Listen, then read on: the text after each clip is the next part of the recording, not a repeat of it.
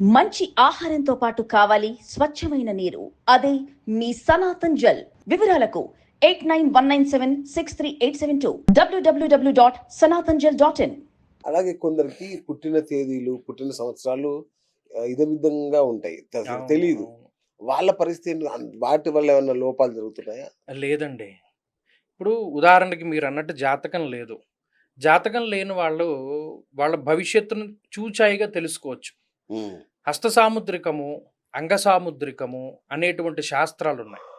నిజానికి ఉన్నాయా? అంగ సాముద్రికం, హస్త సాముద్రికం అంటే ఇది ఎప్పటినుండో ఉన్నటువంటి శాస్త్రం. ఇవాల్టి కాదు. చాలామంది అపోహ ఏంటంటే ఈ చేతులు ఇలా ముడుచుకుని పడుకుంటే రేఖలొస్తాయి. అందరూ ఇలాగే ముడుచుకున్నప్పుడు అందరికీ అవే రేఖలు ఉండాలి కదా! అంతే అంటే కదా! వీడు ఏమన్నా ఇలా ముడుచుకున్నాడా? లేదుగా. మరి ఇన్ని ప్రతి కోట్ల ఒక్కరికి తేడా ఉంటదిగా. ఎట్లా ఉంటది? ఇండివిడ్యువల్‌గా మనం ఫింగర్ ప్రింట్ అవును. మరి మీరన్నట్టు ఇవన్నీ అందరికీ డిఫరెన్సే. అవును.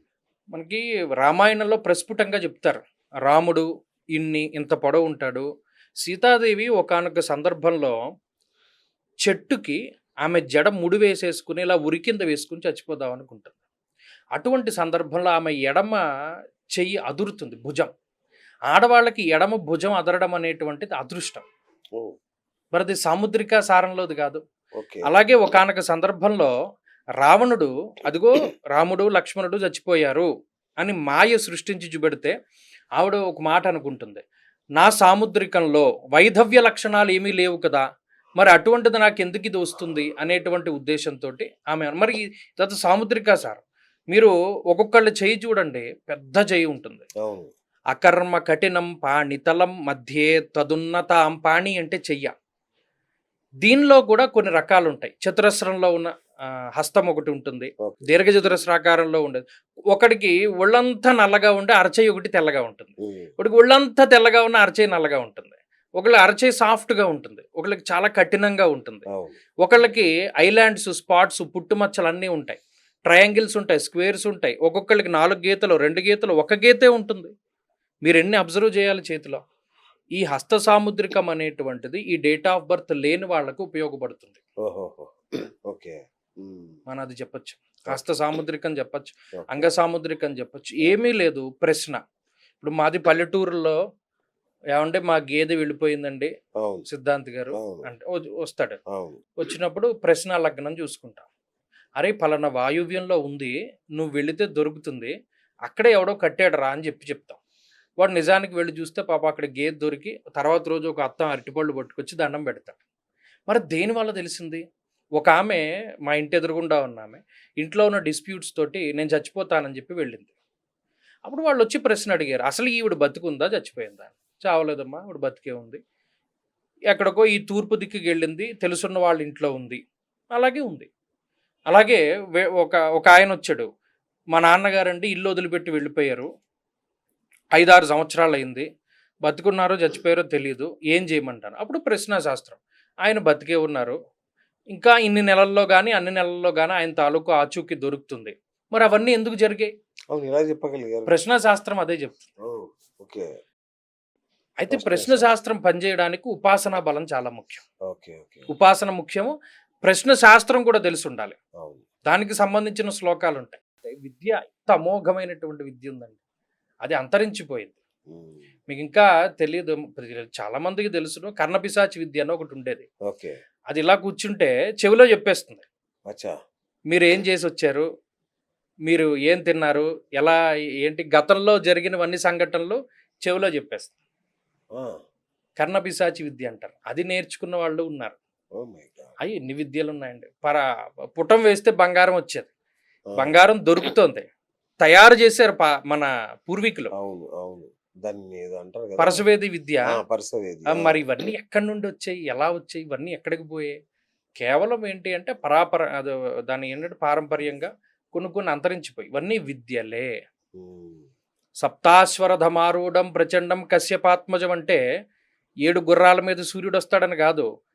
Whenever A light travels into A prism it will converts into violet, IndiGo, blue, green, yellow, orange, red అని 7 రంగుల్లో విభజించబడుతుంది అన్నది ఆ శ్లోకం అర్థం.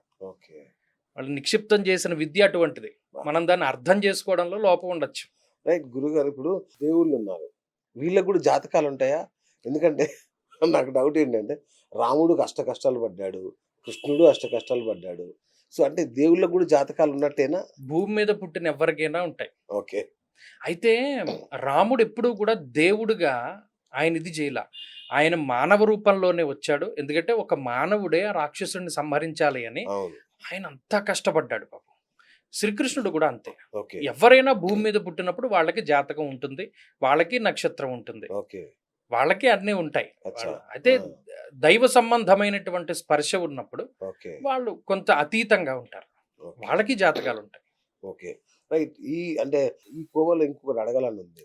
మోదీ జాతకం. హ్మ్. ఈయన ఎవరండి? అసలు అప్రతిహతంగా ఈ దేశాన్ని అత్యద్భుతంగా పరిపాలిస్తూ అసలు అజేయునిలాగా ఇన్ని సంవత్సరాలు చిన్న మచ్చ కూడా లేకుండా ఇంత అజేయంగా చేస్తున్నాడంటే ఈయన జాతకంలో ఏమైనా కొత్త శక్తులు గాని, ఏదైనా వింత శక్తులు ఏమైనా ఉన్నాయా?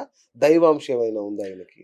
లేదండి, ఇందులో వాళ్ళ అంటే గొప్పవాళ్ళు వాళ్ళ జాతకాలను మనం ప్రస్తావించకూడదు, కానీ దానిలో ఉండే కొన్ని ధర్మ సూక్ష్మాలు ఉన్నాయి. ఆయన జాతకంలో 20కి పైగా రాజయోగాలు నడుస్తాయి. బా!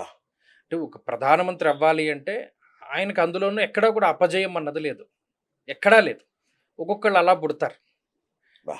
పూర్వజన్మలో చేసుకున్నటువంటి వాటి బట్టి మనకి కర్మలు ఉంటాయి. సంచిత కర్మలు, ఆగామి కర్మలు, ప్రారంధ కర్మలని అవును. వాళ్ళు ఇలా పుడతారు, వాళ్ళు కర్మయోగులు. అందులోనూ మా ఆంధ్రప్రదేశ్కి ఆయన వచ్చినప్పుడు కూడా పవన్ కళ్యాణ్ గారు మరి ఆయన ఎవరిని ఉద్దేశించి అన్నారని నేను ఈయన్నే అనుకుంటున్నాను. సన్యాస దీక్షలో అనికేతుడు అనేటువంటి పేరు పెట్టుకున్నటువంటి ఆయన అని చెప్పి ఒకళ్ళని ఆయన సంబోధన చేయడం జరిగింది. మరి అనికేతుడు అంటే ఇల్లు లేనటువంటి వాడు, శివుడు. హ్మ్. ఆయన శివుడితో పోల్చాడు. బా! హ్మ్. అక్కడ అర్థమైందా? ఆ! అలా ఏంటంటే ఆయన వాళ్ళ కర్మయోగులు అంటారు కొంతమందిని. ఓకే.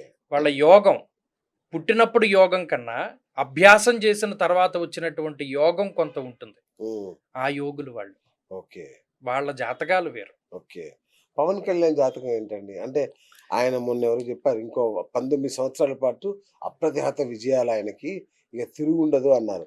అంటే ఏమవుతాడు? సీఎం అవుతాడా? పీఎం అవుతాడా? అసలు ఏంటి ఆయన జాతకం?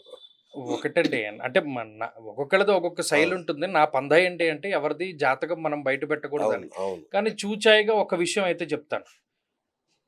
అమెరికా నుండి జనసేన వీరాభిమాని ఒక ఆయన నాకు ఈయన వివరాలు అవి ఇచ్చారు. ఓకే. అంటే ఇప్పుడు ఈయనకున్న నక్షత్రం ఓకే. చాలా మంది ఈయనది మకర రాశి అని అనుకుంటూ ఉంటారు. ఓకే. ఈయనది మకర రాశి కాదు. ఫస్ట్ ఆ!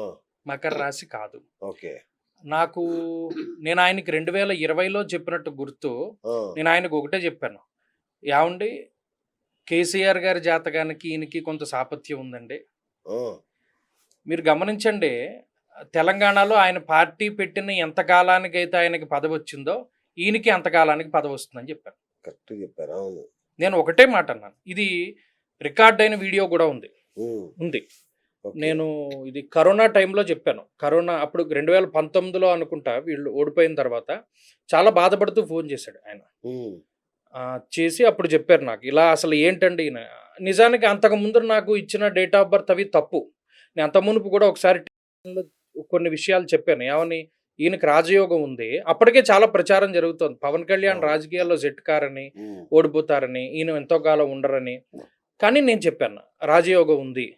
అసలు ఒరిజినల్‌గా చెప్పకూడదు, కానీ చెప్పాను. ఈయన నాకు ఈ అమెరికాలో ఉండే ఆయన నాకు డేట్ ఆఫ్ బర్త్ ఇచ్చిన తర్వాత ఓకే. నేను ఆయన జాతకం డ్రా చేసి స్క్రీన్ రికార్డ్ చేసి మొత్తం విషయం అంతా చెప్పాను. ఈ తెలంగాణలో టీఆర్ఎస్ పార్టీ ఎప్పుడైతే అధికారంలోకి వచ్చిందో, అంటే పార్టీ పెట్టిన ఎంతకాలానికి ఈయనకి అంతకాలానికి పదవి. మీరు లెక్క కట్టుకోండి, 11 ఏళ్ళకి వచ్చింది. ఆ! ఈయనకి 11 ఏళ్ళకి వచ్చింది. ఓకే. ఇది ప్యారల్‌గా వెళ్తాయి జాతకాలు. ఓకే. సో ఈయనకు కూడా ఈ 19 మంచి ఏళ్ళు ఉంది. మంచి 19 ఏళ్ళని కాదు, ఇంకా కొంతకాలం పాటు ఆయనకి రాజయోగం ఉంది. కొంతకాలం పాటు. ముఖ్యమంత్రి అవుతాడా? ఖచ్చితంగా అవుతుంది.